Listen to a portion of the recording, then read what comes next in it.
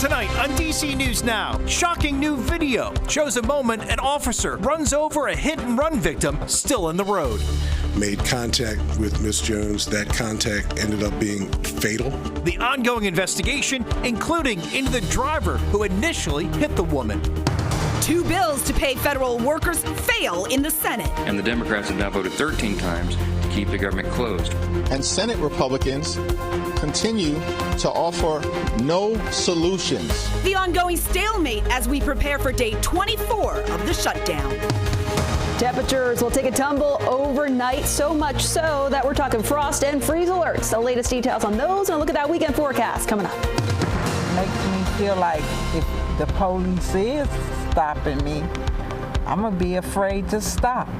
Concern in Maryland. A man arrested for impersonating a police officer. The convincing gear he had and what police say to do if you think you're being pulled over by a fake cop.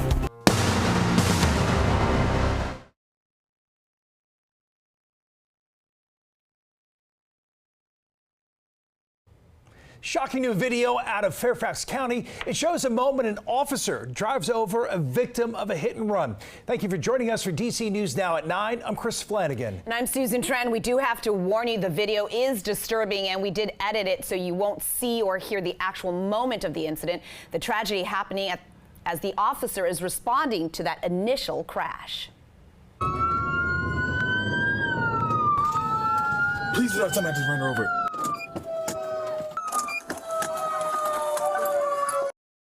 Realizing at that moment that what had happened on the night of September 23rd in Hybla Valley. DC News Now's Daniel Hamburg joining us live there in Fairfax County. And Daniel, you have brand new information tonight on the car that initially hit that woman.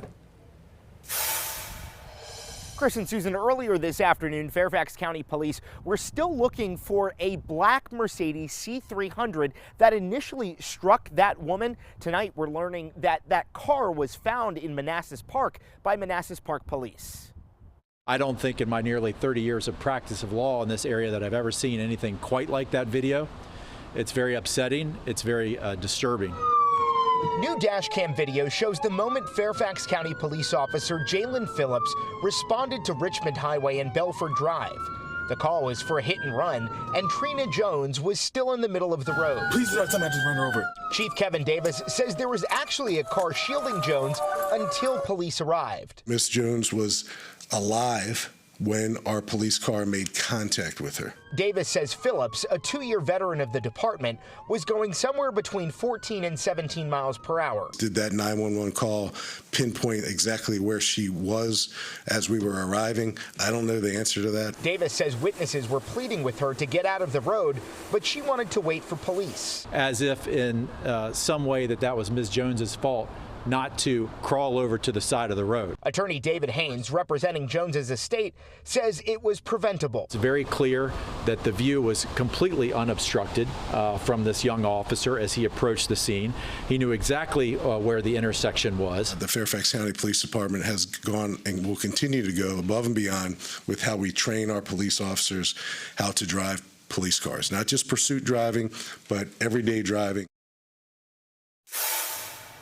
Now, the Cochran firm is doing its own investigation for future civil litigation. The officer involved is on restricted duty status pending the outcome of this investigation. We're live in Fair Oaks. Daniel Hamburg, DC News Now. A tragedy there, Daniel. Thank you.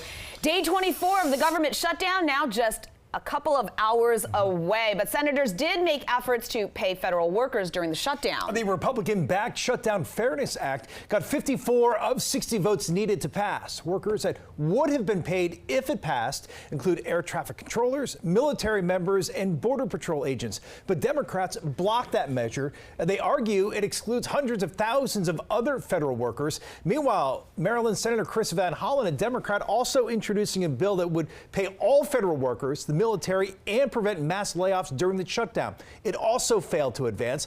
The Senate has failed 12 times now to reopen the government. Senators have more votes planned for next week. The prolonged shutdown forcing Virginia's governor to declare a state of emergency. It allows Governor Glenn Youngkin to use emergency funding to help pay for food assistance benefits that were set to run out for roughly 850,000 families in the Commonwealth. The Republican governor is also calling on Democratic Senators Mark Warner and Tim Kaine to reopen the government. Here's their response. Any efforts that can be taken at the state level that can help make sure that people who are food insecure don't suffer, I support.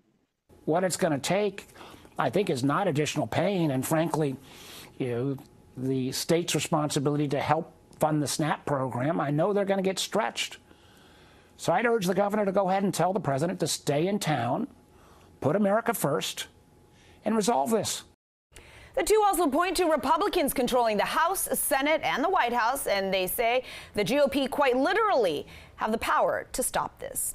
The governor in West Virginia is also taking action before the end of food assistance funding. Governor Patrick Morrisey says he'll move more than $1 million of emergency funding over to food banks and is continuing to look for other options as well. And Maryland Governor Wes Moore visiting a newly opened job center in Montgomery County that helps laid off federal workers. The Federal Workforce Career Center is a first of its kind facility in the nation. It was created to exclusively help federal workers and contractors who have been laid off by shutdowns and layoffs. Now, prior to this year's workforce cuts, nearly 270,000 Marylanders worked for the federal government, which is the largest employer in the state. And we have continuing coverage of the government shutdown, both on air and online at DCNewsNow.com. All right, let's turn our attention to the forecast with Chief Meteorologist Jackie Lehrer as we head into the weekend soon. Yeah, very, very close to the weekend. I know a lot of people have those outdoor plans, so they want to know if this cold air is going to be sticking around, and it will be. I mean, we're still going to be tracking those high temperatures right around 60 degrees both Saturday and Sunday. But we also have to talk about that cold air, much colder air overnight tonight and into tomorrow morning. Out there right now, though, we're gradually seeing those temperatures dropping. We're seeing those 40s back out towards our westernmost areas already. Currently 46 right now in Winchester, 44 already in Culpeper. In D.C., we're holding those lower 50s. This is a few degrees below where we were yesterday evening around this time. We're talking about, say, 3 even close to 10 degrees cooler than we were yesterday at this point. We're going to continue to see these temperatures dropping. Overnight lows back into those 30s, especially into those suburbs. We're talking lower 30s farther out towards the west, likely lower 40s for D.C. And eventually we'll see even colder temperatures expected for the district as we look ahead towards, say, early Saturday morning. But we do have some frost and freeze alerts, frost advisories in those areas shaded in light blue, freeze warnings in those areas shaded in dark purple. So the light blue areas, those where we could see those temperatures dropping to those lower 30s. Farther out towards the west for the freeze warning, that's where we could see that hard freeze and those temperatures sub-freezing into tomorrow morning. So I'll have more details on this and also a look at that weekend forecast in just a few minutes.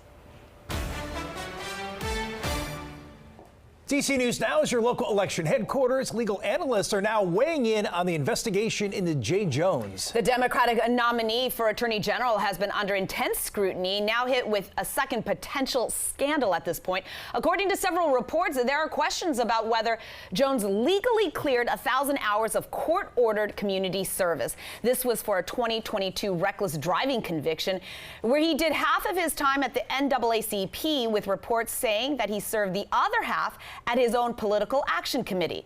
A legal analyst is saying that it isn't a crime, but it would be a problem if Jones did not actually complete the full 1,000 hours. If it could be established that a person submitted false hours or somehow made misrepresentations to the court about what they had done and when they did it, then that could be the subject of some criminal charges. Attorney General Jason Miyares is releasing a statement calling on Jones to drop out of the race for Virginia AG. Jones has not responded to a request for comment. The National Cathedral will host the funeral for legendary conservationist Dr. Jane Goodall. She was known, of course, for her groundbreaking study of chimpanzees and helped us all better understand the natural world. She started a program for kids, Roots and Shoots, inspiring millions to take action for animals and the environment. Goodall was 91. The funeral is set for November 12th. The public is invited to watch online. New tonight. Fake cop, real trouble in Maryland. Police arresting a man accused of posing as an officer in Prince George's County. They say he had guns, vests, badges, and handcuffs, all while driving a black Chevy Tahoe with red and blue lights and sirens. DC News Now's Tim Reed reports really has neighbors startled. Glad that they caught him, and he don't need to be out here. You know, it's scary for people. I would be scared myself. The news has quickly spread in Laurel, Maryland about police arresting a man after a traffic stop for impersonating a police officer. It happened October 11th in the area of Laurel Bowie Road and Montpelier Drive. It's very concerning, but what's more important is that he was able, in spite of what he was doing, he got caught. Investigators say Jonathan Davis had guns, vest, badges, and handcuffs with him while driving a black Chevy Tahoe with red and blue lights and sirens.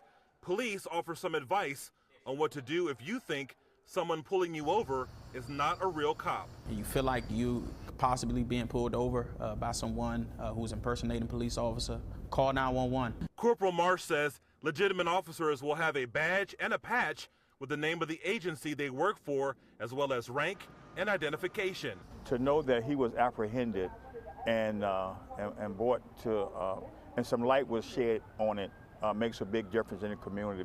Police are asking the public, if you think you've been pulled over by the suspect, call investigators. In Prince George's County, Tim Reed, DC News Now. New York Attorney General Letitia James is set to appear in a Virginia federal courtroom tomorrow. She'll be arraigned on bank fraud and false statement charges. A grand jury indicted James over a home she bought in Norfolk in 2020. The feds say she falsely claimed it as a secondary residence, but actually rented it out. James has denied all wrongdoing. Well, the commander is touching down in the district with a really special program. Mama Commander, who of course is Sylvia Harris, mom to team owner, kicking off this reading program, Brightwood Elementary School. The goal to get more children to enjoy books. It also gives students a chance to win prizes, meet Major Tutty, and earn a Commander's Pep Rally. I love that idea. Exciting, yeah, indeed. Coming up on DC News Now, new video and an increased reward, hoping to find the Capitol pipe bomb suspect who remains on the loose nearly 5 years later. And preparing your home for the winter chill. We are helping you stretch your dollar with tips so you don't get burned with big bills. Then ahead at 9:30, a hidden camera inside a local cafe recording customers, including children. Police arresting a suspect in Northern Virginia.